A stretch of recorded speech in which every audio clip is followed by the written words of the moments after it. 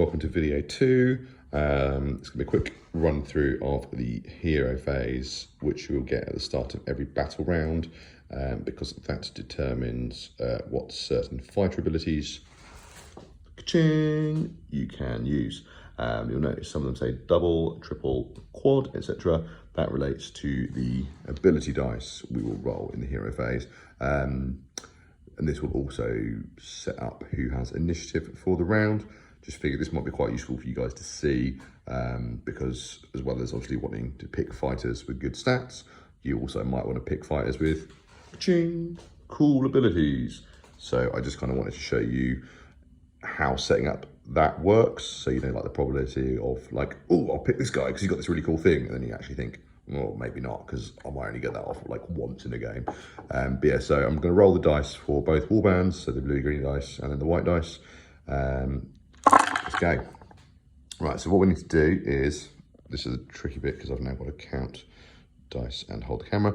I am going to be looking for any doubles, triples, quadruples, etc. So for team white, we've got 4 singles, you see there, and we've got a double 4. Team bluey green, we've got a double 3, a double 5, and 2 singles. So this would mean team white has the initiative because they've got 4 singles versus that 1 double. Team blue has only got 2 singles. So yeah, no matter what happens, team white are going to get the initiative.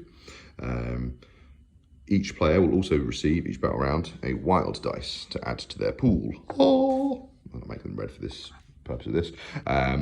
You can store that wild dice for use in later rounds, or you can add it to an existing double to make it a triple, an existing triple to make it a quad, or an existing single. Roll it over to make another double. I'm going to do that. I'll make 2 doubles. Team white still has 3 singles. So at the moment, team blue has got its 2 doubles. Team blue could make a triple. I'm just going to keep all the values the same. Or it could try and steal the initiative by making a single. I'm going to do that because it'll be fun. So now both teams have 3 singles. So they're going to do the dice roll for the advantage. I've run out of the exact dice, so let's have a look. Green can go with the greeny blues, and yellow can be white because it's similar. So these guys have now got the advantage. They've stolen the advantage. But both teams have now got 2 doubles. So let's roll with team white because they're nearest. So they've got 2 doubles to use this battle round, which means, sticking with my head and my cyberites from the previous video, I could use the basic double.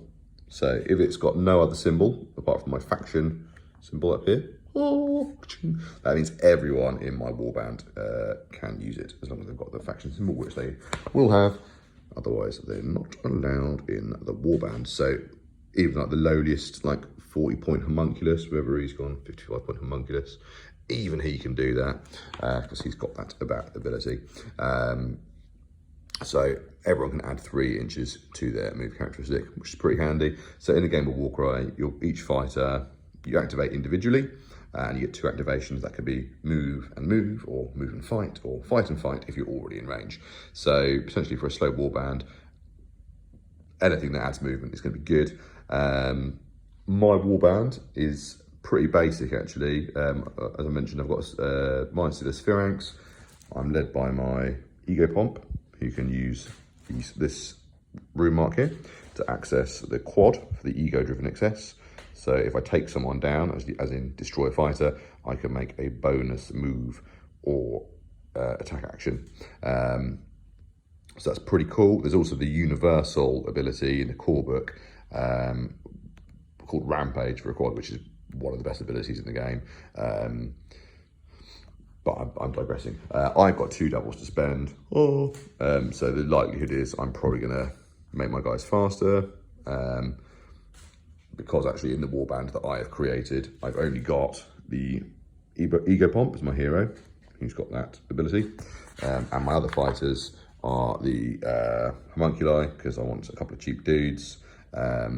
And their special rune here is irrelevant for now because in my warband at the moment, I don't have any archers. So you'll often see some fighters will interact with others, like squig herds with squigs, or yeah, like in this case, the homunculus, because he powers up the bliss barb archers, bows and stuff.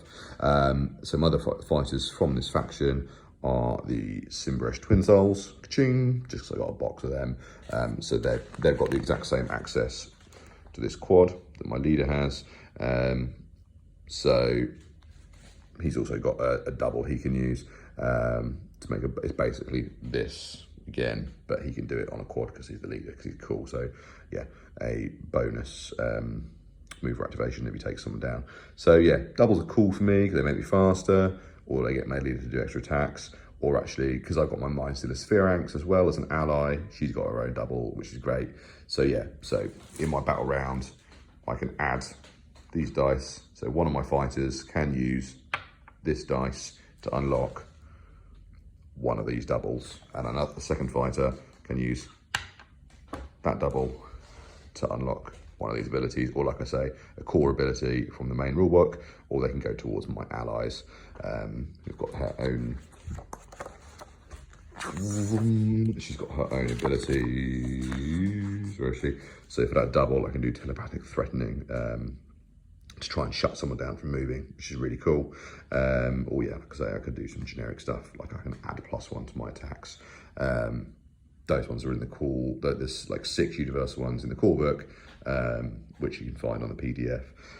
So yeah, so that's basically how those activity dice and hero phase work, and the different things you can unlock. So basically, the more fighters you have, you know, the more access to different abilities you'll get, because they're all, you can see there's like loads of different runes here.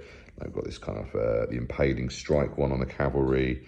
It's really cool. So basically, when you finish within an inch of that fighter, you do the amount of damage indicated on the dice. So there'll be a lot of talk about the value of the dice. So for example, say, ignore this for now. Let's say I had a triple. I used my wild dice to make a triple instead of making that other double. The value of the dice is 4. So using this impaling strike ability, I would do 4 damage to the fighter I finished within an inch of. So you'll get a lot of that in the game, a lot of use the value of this dice. But yeah, that's how the dice work. We do that every turn or every battle round. So you'd always roll 6 dice. So yeah, you get, depending on how you roll, you know, you'll get 1, 2, or 3 sort of sets of abilities to unlock. But yeah, I figured I'd just kind of show that to you guys, just so you've got it there as knowledge for if you want to use that in your warband building. Yeah, hope that's been useful. Anything else that comes up, I will try and make more of these, or if there's anything else you want to know and I can put it into a handy video for people, I will. Cool, cheers.